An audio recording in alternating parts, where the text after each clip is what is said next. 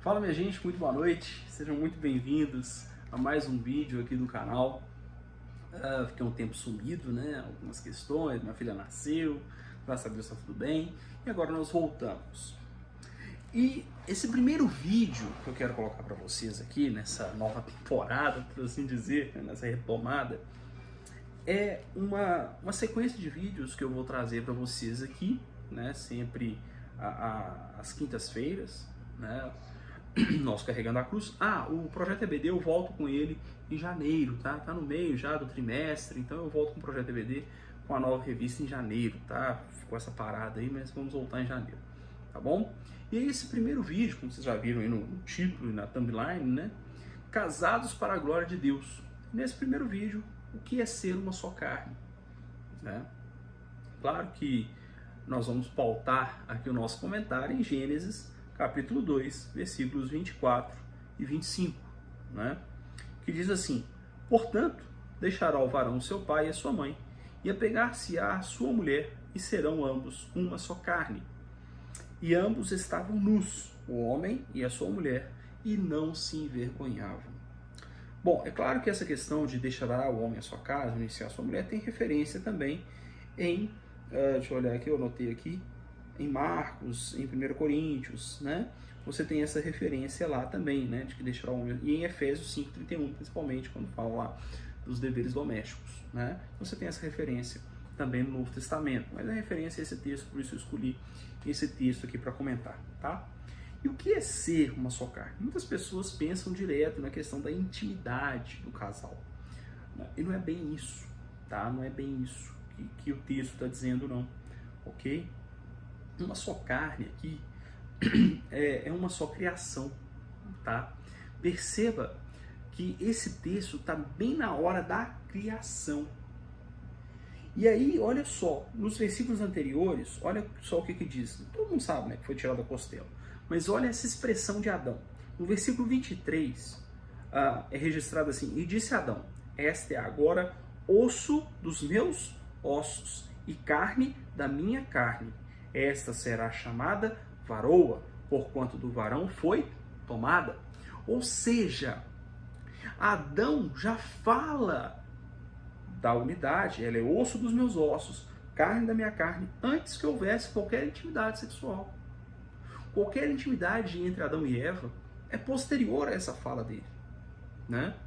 Então ele já reconhece a intimidade. Perceba que uma só carne não está na ordem da intimidade ou da conjunção carnal, mas está na ordem criacional. Ou seja, ser uma só carne com a sua esposa, com o seu esposo, é entender que ambos foram criados por Deus para a glória de Deus. Ou seja, entender que no matrimônio somos uma só carne, eu sou uma só carne com a minha esposa, é entender que há uma ordem na própria criação de Deus para que o nosso relacionamento glorifique a Deus. Portanto, toda a nossa convivência precisa ser pautada na ideia de que eu e ela pertencemos a uma única ordem existencial debaixo do nosso Criador, e Ele governa toda a nossa vida e todo o nosso relacionamento. Portanto, a minha vida não está ligada à minha esposa apenas pela intimidade. Ou melhor, a intimidade acontece em função da união dada diante de Deus.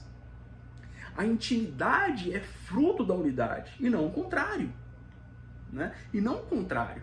Esse é o pensamento errôneo, né? Que nós nos tornamos uma só carne a partir do momento que temos a intimidade física. E não é. Nós nos tornamos uma só carne quando decidimos diante do Criador nos unirmos. Ok? Quando decidimos diante do Criador ter uma vida a dois. Ali somos uma só carne, né? É claro, quando a gente fala isso, eu não estou dizendo que você pode manter a relação íntima sem ser casado. Claro que não, tá? É óbvio que não. Por quê? Porque o casamento é a demonstração pública dessa decisão de união. Ok? Então veja, você vai ter até lá na frente, depois eu vou comentar sobre isso, né? Mas você vai ter lá na frente sobre, em outros vídeos eu vou comentar mais detalhadamente, né? Você vai ter lá Isaac e Rebeca, né? Rebeca vê Isaac de longe, vai até ele leva Rebeca para a tenda da mãe, né? Passam a noite juntos e ali estão casados. Perceba que essa união, há ali uma declaração pública de que eles estão se unindo, né? E acabou, ali foi o casamento e pronto, né? O problema é que na modernidade, né, a pessoa mantém uma relação e fala, amigado com fé, casado é. Mentira, mentira. Porque a pessoa ela quer estar amaziada, fazer uma união estável, exatamente porque seria mais fácil o rompimento, né? Eu não fui casado. Mentira, tá? Mentira. Isso é picaretagem, tá? Isso é falta de sinceridade diante de Deus. O que nós queremos é viver libertinamente. O que é libertinagem? Libertinagem é o abuso da liberdade, né? Então eu quero viver de maneira sem amarras, sem compromissos, né? Como se o compromisso fosse algo que pesasse sobre as minhas costas, tá? Então perceba que ser uma só carne é um compromisso, né? Ser uma só carne não é intimidade, pelo contrário, a intimidade ela é consequência dessa união, tá? Então, nós nos tornamos uma só carne com o nosso cônjuge quando existe essa decisão mútua dos dois em ter uma vida a dois. E aí, as consequências dessa decisão são várias. É a intimidade física, é a intimidade emocional, é o companheirismo, de modo que amor, né, não é um sentimento efêmero, que muda, o amor acabou, vou divorciar. Não existe isso. Se o amor acabou, é porque você não teve firmeza para manter o seu compromisso. Essa é a grande questão, tá? Amor é um compromisso de fé diante do seu Criador, diante do Senhor, tá? Então, ser uma só carne é muito mais do que uma intimidade física. E mais, ela é anterior à intimidade física. Ser uma só carne é entender que você e a sua esposa, ou seu marido, né, são criados por Deus para a glória de Deus. E que o seu casamento deve ser para a glória de Deus. Isso é ser uma só carne. É ter um único propósito. E que propósito é esse? Glorificar a Deus. Mostrar para o mundo que você não vive segundo a sua libertinagem, segundo a sua carne, segundo as suas ideias. Mas você vive para glorificar a Deus. E você luta para que as pessoas à sua volta também glorifiquem a Deus. Isso é ser uma só carne no casamento. É ter um único propósito de servir a Deus, né? Quando Adão declara, né, esta agora é osso dos meus ossos e carne da minha carne. Ela faz parte da minha estrutura, ela faz parte do meu ser, ela faz parte da minha constituição, né? Ou seja, eu não posso estar bem vendo o meu cônjuge mal. Não faz sentido. Eu não posso estar bem sendo que eu não cuido, né, da minha esposa, né? Paulo escreve, se não me engano, a Timóteo, dizendo o seguinte: olha, aquele que não tem cuidado dos seus, sobretudo os da sua casa, o amor do Pai não está nele. É uma realidade, né?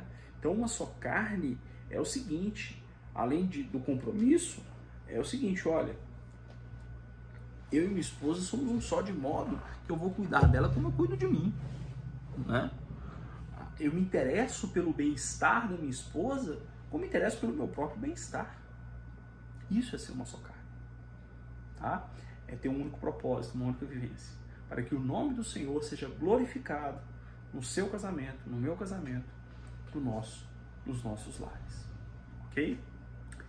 Se você gostou do vídeo, não deixe de curtir, compartilhar, tá? E se inscrever no canal, que isso ajuda muito, beleza?